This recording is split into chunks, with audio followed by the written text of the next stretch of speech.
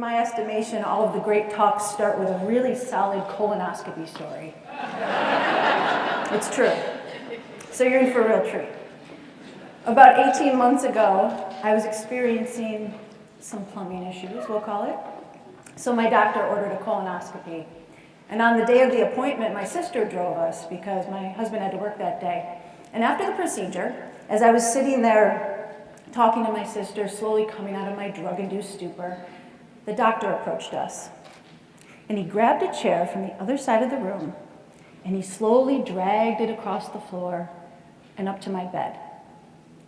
And as he sat down, he said, "If it's going to be a serious conversation, I'd like to pull up a chair."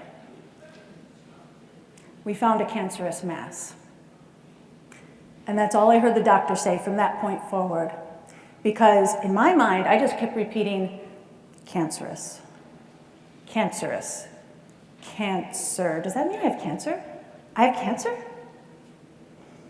The doctor eventually left us, and I immediately called my husband, and all I could say to him was, I have cancer? And we made plans to meet home. And just minutes after getting off the phone, I realized that I didn't want anyone else to know about this. So I immediately texted my husband, "Please don't mention this to anyone." And he replied, "Too late." Cat was out of the bag. No going back now. But check this out. My instincts told me to keep it quiet. My instincts told me not to worry anyone, not to bother anyone, to protect people, to protect my reputation, keep it all inside. And in a flash, the chance for me to keep it quiet was taken from me. So I went with it.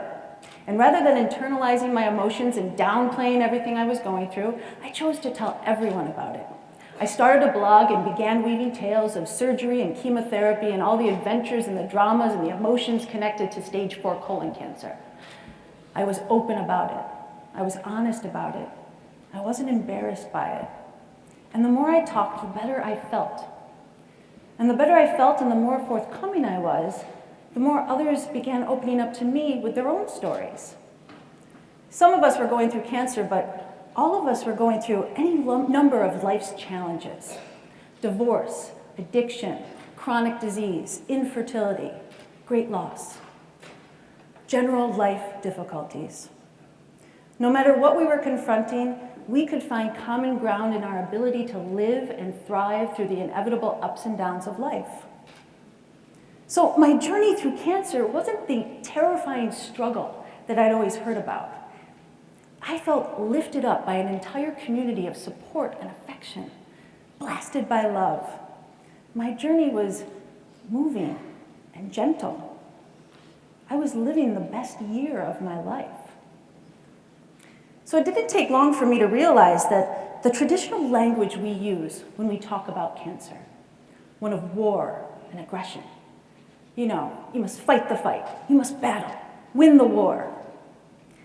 This didn't sit well with me. It felt wrong. Let me take you back a few years. When I was 6, I tried learning to ride a bike without training wheels for the first time. And I immediately fell over. And I burst into tears, ran off, and refused to get back on the bike. Because I'm a perfectionist. I like to do things right the first time. Failure to me is embarrassing. If I know I can't be perfect at something, I don't even want to try. So what if you told a person like me that I need to win my battle with cancer? You can do it. You can beat this. You can fight this. Well, here's the problem. What if I fight as much as I can, and I still lose the battle? Because I could tell you, I could do everything right.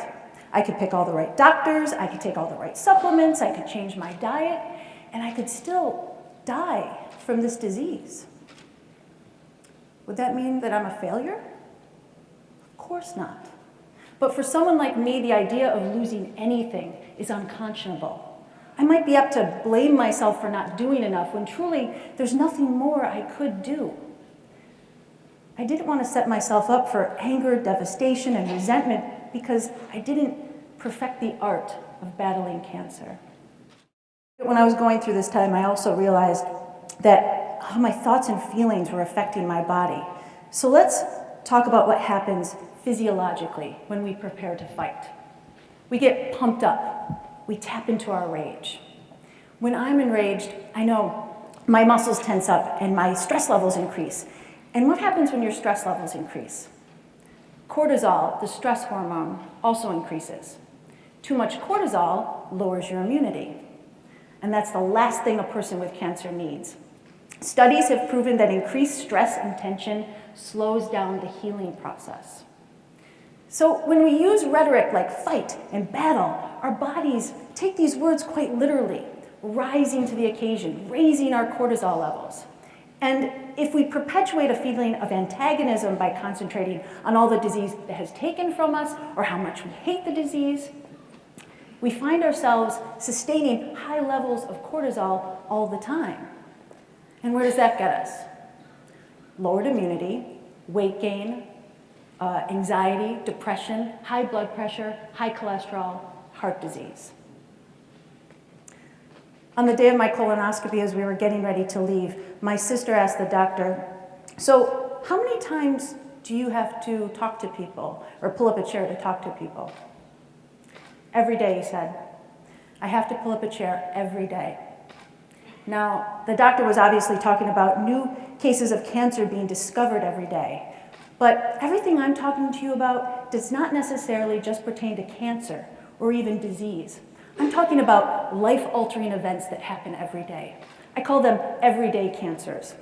Events like the death of a loved one, or divorce, or the loss of a job. These are events that can affect us very deeply and happen to any of us at any time. And how we choose to talk about it will have a significant impact on our quality of life. So I have a few suggestions for people living with everyday cancers and for those who love them. If you know someone who is going through a life event, slow down and listen to their language. Let them dictate whether they consider themselves a fighter or a warrior or a lover or a thriver or a dancer. Just a few days after my initial diagnosis, my husband and I were driving across town. And when I originally had gone through this process, I had devised this way of pulling myself out of depression when I was going really deep. And I would dance these like really stupid, crazy dances, and I would have him record it. So we're driving across town. This is all very new, and I'm in tears because we're on our way to a family event. This is the first time I would have seen a number of my family members for the first time since the diagnosis. And he pulled the car over and he said, "Get out and dance." And I was like, "Well, but it's raining." He said, "I don't care." And I was like, "But there are people over there." He said, "I don't care." And he kicked me out of the car. No, there's a guy who knows how to listen to his wife. Because I danced, and he recorded it, and I felt better. So listen to the people that you love. My second suggestion, if you are going through a life event, open up, talk to someone, share your needs. You don't have to start a public blog like I did, but there's so much strength to be gained in the knowledge that you're not alone. And the more you open up, the more you will receive. And if the idea of fighting through a life event or the language of war doesn't resonate with you, then shift your approach. Adopt a new way of talking about crisis, trauma, and disease. As we collectively shift to a mindset that is more open and honest with each other and with ourselves, and if we're unafraid of showing each other our wounds, we become open to a countercultural approach to life's challenges, one that allows us to feel joy and pleasure, even in the darkest of times. Now, if you're sitting there right now feeling a little guilty for using the language of war when talking about cancer, know that that is not my intent. And trust me, I totally get it. I've done it. Our entire society embraces fighting as the only means of engaging with cancer and disease. Nearly every article ever written about a person living through or dying from cancer includes the words fight or battle. It's ingrained in us. It's all we know. And truly, some people gain strength from a good battle metaphor. It might give them the boost they need to move forward. But so many of us take the fight too far. We become so mired in a fury over this disease that has baffled us for centuries, and so upset about unexpected crises that arise in our lives that we become blind to the power of these events to cause positive change. And we may be inhibiting our ability to heal and compromising our health in the process. I'm simply suggesting that one metaphor does not fit all, and that by embracing our struggles rather than fighting them, we're not giving up. We're not rolling over and preparing to die. We're simply surrendering to the possibilities and the gifts that have yet to be uncovered. I love what cancer has brought to my life. I'm stronger, I'm bolder, I'm more grateful, I'm more present. I strive to be an even better version of myself. Is that giving up? No way. I'm stepping up. I want the very best life has to offer. I want to suck the marrow out of life. And if that marrow happens to be riddled with cancer cells, so be it. I'm going with it. I'm not fighting it. Every single one of us will encounter cancer, whether it be biological, societal, or circumstantial. That's just a reality of being human. And though you can't always choose your outcome, the way you choose to ride out the journey is your choice, no one else's.